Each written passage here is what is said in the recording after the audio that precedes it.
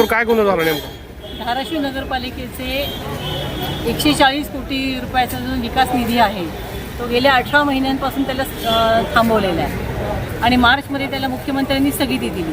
ती स्थगिती उठवा म्हणून आपण अनेक वेळेला महाविकास आघाडीतर्फे काँग्रेस पक्षातर्फे निवेदनं दिली, आंदोलनं केली.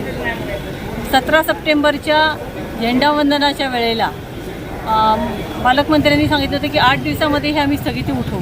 त्याला महिना झाला, अजूनही त्यांनी स्थगिती उठवलेली नाही आहे. त्याच्याबद्दल आम्ही त्यांना विचारायला सगळेजण गेलो.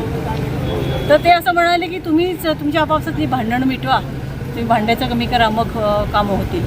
त्याचाच अशा आपापसातल्या भांडणं आहेत का नाहीत हे तर ते खोटं सांगतायत की आपापसात भांडतात. दुसरी गोष्ट त्याचा विकासाशी काही संबंध नाही आहे. सत्ता त्यांच्या हातात आहे. ते जिल्ह्याचे पालकमंत्री आहेत.